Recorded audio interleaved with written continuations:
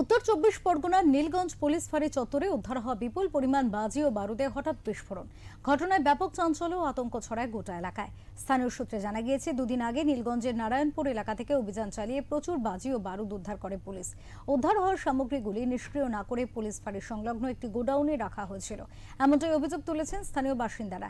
জানা যায়, গোডাউনের ভিতরে থাকা বাজিগুলি একের পর এক ফাটতে থাকে এবং ঘন ধোঁয়ায় ঢেকে যায় গোটা এলাকা। প্রত্যক্ষদর্শীদের দাবি, যে গোডাউনে বাজি ও বারুদ রাখা ছিল তার উপরের তলায় একটি পরিবার বসবাস করত। বিস্ফোরণের তীব্রতায় তারা আতঙ্কিত হয়ে দ্রুত নিরাপদ স্থানে সরে যান। এছাড়াও গোডাউনের বাইরে একটি টিনের ড্রামে বারুদ ভর্তি অবস্থায় রাখা ছিল। সেই ড্রাম থেকেই আগুন আরো ছড়িয়ে পড়ে বলে খবর। এমনটাই খবর পেয়ে ঘটনাস্থলে পৌঁছয় দমকলের দুটি ইঞ্জিন। দমকলের কর্মীরা দীর্ঘক্ষণ প্রচেষ্টা করে আগুন নিয়ন্ত্রণে আনার চেষ্টা করে, তবে বারুদের উপস্থিতির কারণে আগুন নেভাতে যথেষ্ট বেগ পেতে হয়েছে তাদের।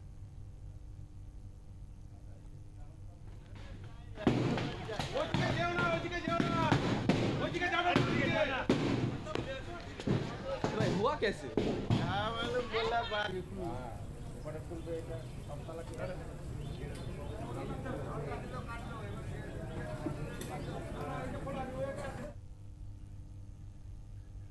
এই মুহূর্তে আমাদের সাথে রয়েছেন আমাদের প্রতিনিধি সুকান্ত চট্টোপাধ্যায়। কথা বলবো সুকান্তর সাথে, জানবো সুকান্ত, এই যে উদ্ধার হওয়া বাজি বারুদে বিস্ফোরণ, ঠিক কি ঘটেছিল ঘটনা, প্রথমে জানবো তোমার কাছ থেকে, তারপরে আসবো পরবর্তী প্রশ্নে।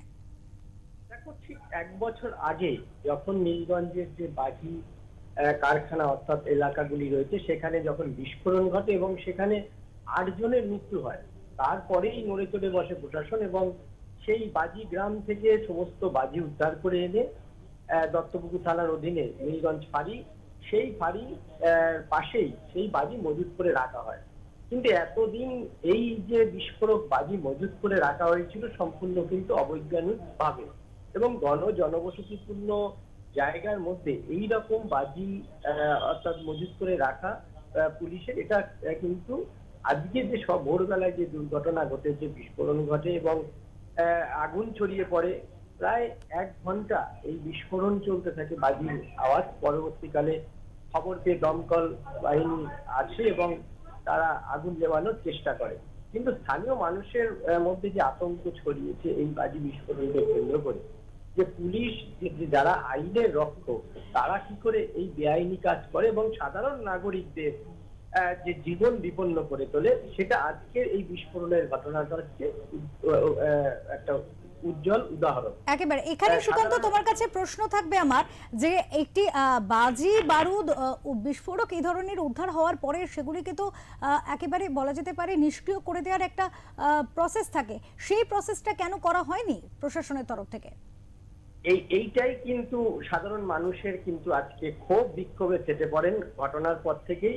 তার কারণ সাধারণত যে কোনো এক্সপ্লোসিভ বোম হোক, বোমা হোক বা বারুদ হোক, সেটা সাধারণত আমরা আগেও দেখেছি যে পুলিশ সেগুলো দমকল বাহিনী দেখে সেই সমস্ত বাজির ক্ষেত্রে যেটা দেখি সেটাকে জল দিয়ে ভিজিয়ে সেটাকে নিষ্ক্রিয় করে দেওয়া হয়, যাতে সেই বাজি আর না ফাটানো যায় আর কি। অর্থাৎ আতশবাজির ক্ষেত্রে যেখানে বারুদ আছে, বোমার ক্ষেত্রে দেখি যেটা বোম স্কোয়াডকে ডেকে এনে সেটা একটা নির্জন জায়গায় নিয়ে গিয়ে সেখানে মাটিতে গভীরে পুঁতে দিয়ে তারপরে বিস্ফোরণ ঘটানো হয়, অর্থাৎ সেটাকে নিষ্ক্রিয় করা হয় বোম উদ্ধারিত বোমের ক্ষেত্রে।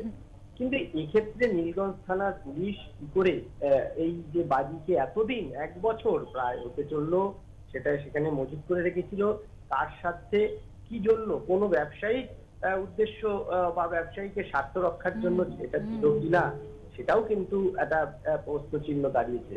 তবে নতুন সরকার আসার পর সাধারণ মানুষের একটা দাবি যে অবশ্যই সরকার পুলিশের এই যে আগেকার যে এতদিন যে অনিয়ম করে এসেছে সেক্ষেত্রে কিছু পরিবর্তন যাতে আসে, সেটাই কিন্তু সাধারণ মানুষের অর্থাৎ ওই এলাকাবাসীর দাবি।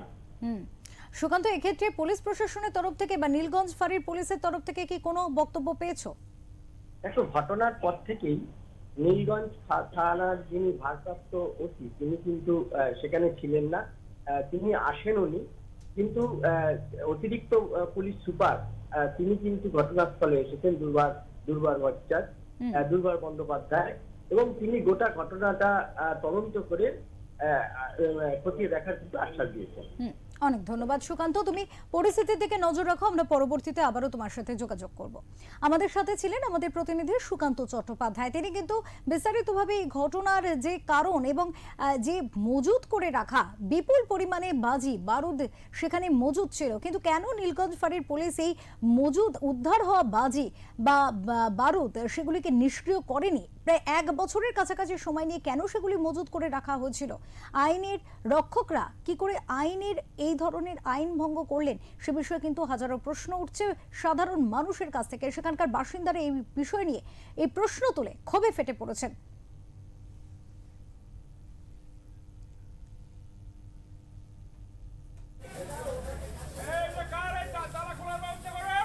উঠে আমরা কাজকর্ম করেছি, তখন 6টা বাজে।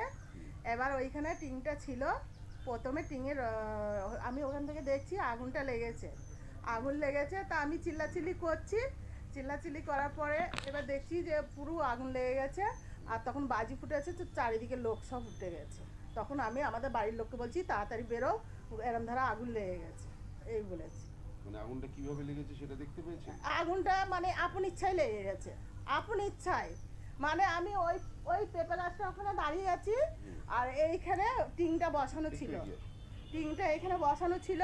তা ওই টিনের ওখানে থেকে আগুনটা টিঙে থেকে ধরেছে, ধরার পরে তারপরে মিনিমাম 5 মিনিট মতন টিনটা জ্বলার পরে তারপরে ওই বাজির ইতে গিয়ে জ্বলেছে।